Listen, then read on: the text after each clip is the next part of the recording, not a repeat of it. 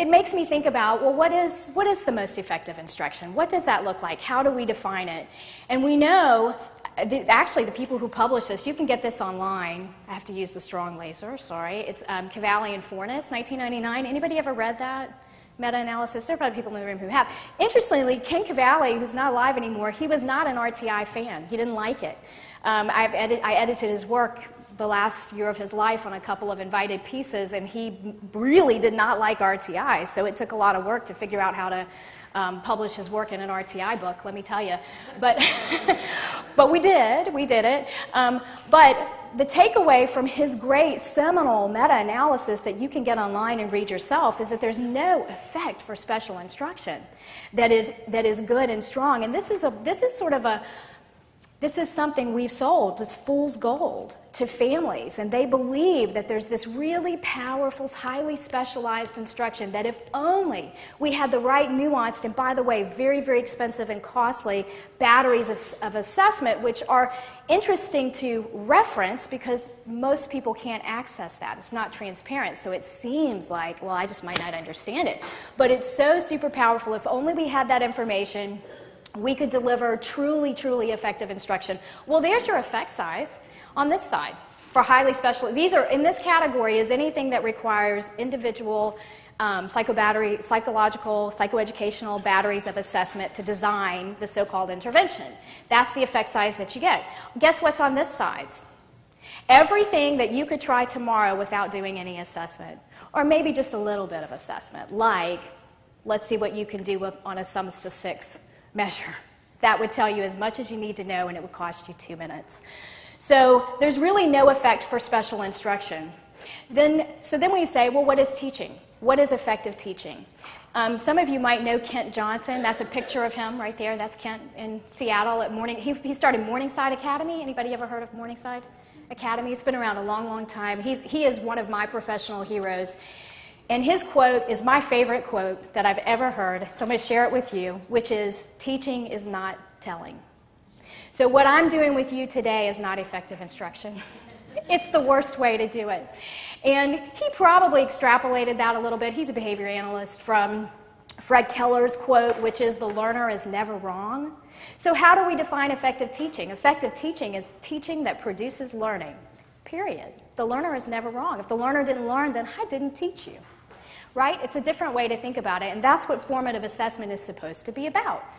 So on the left-hand side of now this is a different source. This is a source everybody knows now, visible learning. But on the left-hand side, these are all of the things that make a difference. Our effective tactics. At least we know before we start. They have to be implemented well to work, but these are potentially very effective tactics. And then on the right-hand side, we have all of the things that the school board wants to talk about. Every year. On this side, we also have the things that go away and come back with a new name, but it's the same darn thing all over again, and we're still talking about it. We're still talking about it. So to the extent that we can say to teachers, look, what you do really, really, really makes a difference. So step number 1 is to choose the things that you know can be effective if you implement well. That's not, it won't be sufficient. It is a necessary first step. You'll have to do more. You have to manage implementation, which is what I'm really going to talk about. But I took Hattie's effect sizes from his book. Oops, other laser. Right there. And then I just took some NCE scores and connected them with a trend line across years. This was the old SAT-10 measure, which is no more. And I fit Hattie's effect sizes onto those data, and I show this to teachers all the time. And I say, okay, choose what you do because it's going to make the difference that's very predictable if you implement well. And so I always say to teachers, it gets really easy. I don't have to tell you what works. You can look yourself, and you can say, okay, let me do formative assessment. Let me use comprehensive treatments for SLD. Let me focus on really highly effective corrective feedback delivered at high doses and in very specific ways. Let me avoid things like investing in teacher subject matter knowledge. That's one that keeps coming around. It's so popular. I work in math, school-wide math improvement is my specialty. And People always want to talk about this. You do not have to be a subject matter. By the way, IES just released another study last year, big investment, found it yet again. It may be necessary, but it is not sufficient. So if you take people and you randomly assign them to very intensive training in the content knowledge, you can build the content knowledge, it will not raise student achievement. So it's not enough. It's not where you want to put your money if you care about having an effect. So if we use student learning as our compass, then we can identify the right actions. We can be guided by that in our own environments if we're collecting the right information. And this is easier for you to do than it's ever been because everybody has so much data. Dave Tilley and I wrote a book years ago on pitfalls of RTI implementation. It's a little tiny blue book. My husband said it looks more like a special issue of a journal, not like a real book.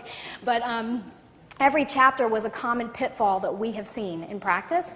And one of the chapters is called paralysis by analysis. A lot of places are engaged in paralysis by analysis because they have so much data. And they're interpreting very little of it, and they're overwhelmed by it, and when it disagrees, they don't know what to do, and so guess what they say? Let's collect more. Right. And that's very expensive. It is not benign, and we end up teaching teachers to ignore the data. That's what we end up teaching teachers to do when we have so much of it. So if we can figure out how to consume our data and follow our data, then we can make the changes that will help us locally get the results that the research tells us is possible.